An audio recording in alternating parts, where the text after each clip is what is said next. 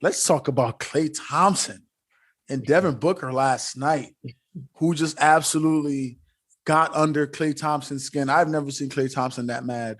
He's probably the coolest brother in the NBA. Just always in a good space. It seems like he talks his talk, but he doesn't really get upset to the point where it seems like Klay might want the fade. Last night, he looked like he wanted to snuff Devin Booker. And apparently, they were talking trash to one another. It happens in basketball and sports. These guys are competitive. Klay's a 4-time champion. Devin Booker is one of the, best young players in the league right now. His team's been to a final, so he feels like he's ready to take that next step to not only get back to the finals, but win it all. But again, they got into it, and Klay ended up getting ejected. Klay made sure to let Devin Booker know he's a 4-time champion. Stop playing with me. Put some respect on my name. Four horsemen. 4 horsemen, and I ain't going to say no more on some Birdman joint. But Devin Booker is just like, yeah, that's all great, but you got to see me tonight. Is this a thing? People are saying Devin shouldn't be able to talk because Klay got 4 rings. People are saying Klay's using a sucker route with the 4 rings because he couldn't stop Booker. I based on your face, I guess I know where you're going with this. Nah, look, it's a whole different angle. First of all, I woke up and all of a sudden Devin Booker turned into Michael Jordan, the way that they was talking about this dude, right? If we're gonna sit here and trash talk, then yeah, I'm gonna talk about the 4 rings because we're trash talking, correct? Right. So why is it a sucker move to say that he's a sucker because he's mentioned his accomplishment? That's part of trash talking, right? I think the frustration comes out of his role on the Golden State Warriors. Devin Booker, he's gonna get buckets regardless. Klay Thompson don't care about that. I think from the stories that we've been seeing and reading, he's not getting the ball as much as he should. He's not. He's on a minutes restriction, which I didn't even realize because he didn't play enough minutes in the preseason. So Kerr wants to bring him along. This is a guy that suffered 2 serious setbacks with his knees and his Achilles. So as you get older, you're seeing it with Kawhi Leonard. They're gonna bring you along slowly. So I think that frustration set in, and that's why he had the World War. So there's been plenty of other NBA players that destroyed, Klay Thompson, and we never see him react like that. But at the same time, if we're going to trash talk and I got 4 chips, right, I'm bringing up the 4 chips whenever I want. That's part of the rules. Yes. Speaking of Klay's role, a lot of people don't think Klay might very well not be back. He might be the odd person out in Golden State moving forward because Jordan Poole just got a bag. They want to start him moving forward. It's like the Tyler Hero thing. They're not going to keep those guys on the bench very long, especially under their contract. And Klay might be the person, like he is the shooting guard.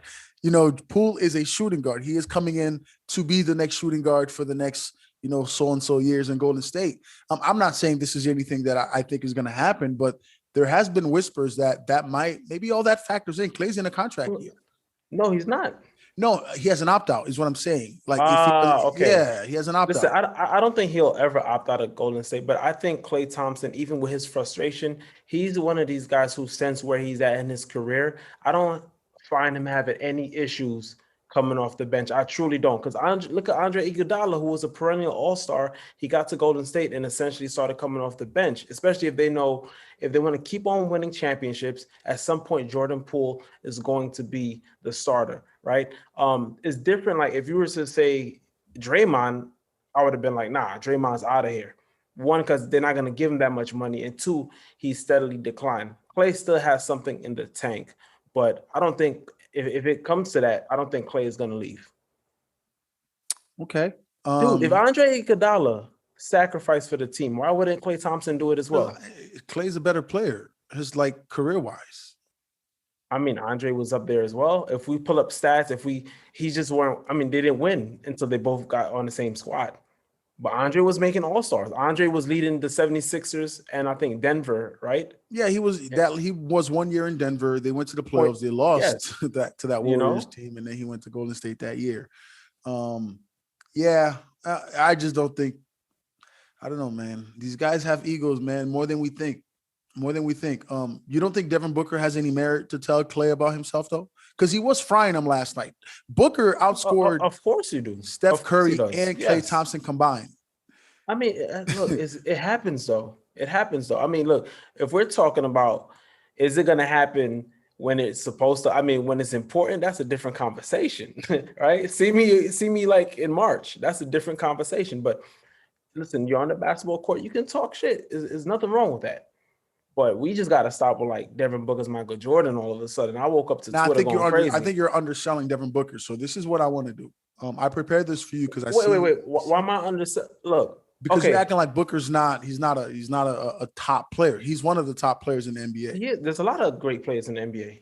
Right. And? But when we talked about being a number one, I think you kind of brought it up actually, being a number one, or maybe Ricky brought it up.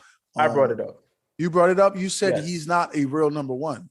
What I meant by that is instead of saying number one, I should have put him in tiers. Tiers. Okay. Yeah. There's tiers to number one. Of course. Okay. That's what I meant. Right. Of course. He's the number one option on the team. He's an all-star. He's a great player. They were 2 games from winning the final. I cannot take that away from Devin Booker. Right. You know, they should have won that final if we want to keep it real. Right. I'm talking about tiers. Is he on the KD LeBron tier? No. Steph, no. That's what I meant. Right. So just to clarify, he is the number one option. He's not tier A, and would have to have a serious discussion if he's tier B. Yeah, he's not a top 10 player. I think tier A's are arguably top 10 players, even top 5, tier A, and then tier like B kind of goes into the 6 to 10. Yeah. No, he's not a top 10 player. I don't think he's a top. I think he's a top 20 player for sure, maybe even 15 based on what you need, you know, and what context you're looking at it of. I just thought it was fantastic that Devin Booker was just got Klay that upset, because I've never seen Klay that upset. That brother looked like he wanted to fight. Maybe Draymond spark a whole nother gangster in these dudes in Golden State, because that brother looked like he was pressing Booker, like he was getting in his grill. Maybe Booker should have felt, you know, confronted it and snuffed him. Like, nah, your comment about DeAndre Ayton had me rolling though. Did you see him though? He was legitimately like, bruh, I can't help you on this one. I'm here 1 year and I'm out. Like, I can't help you. He's like, wow, that's crazy, man. I'm about to fight. Yeah, that tweet. A lot of people were engaging in that tweet. Kind of surprised me. I just thought it was funny, and I posted the picture on the following tweet.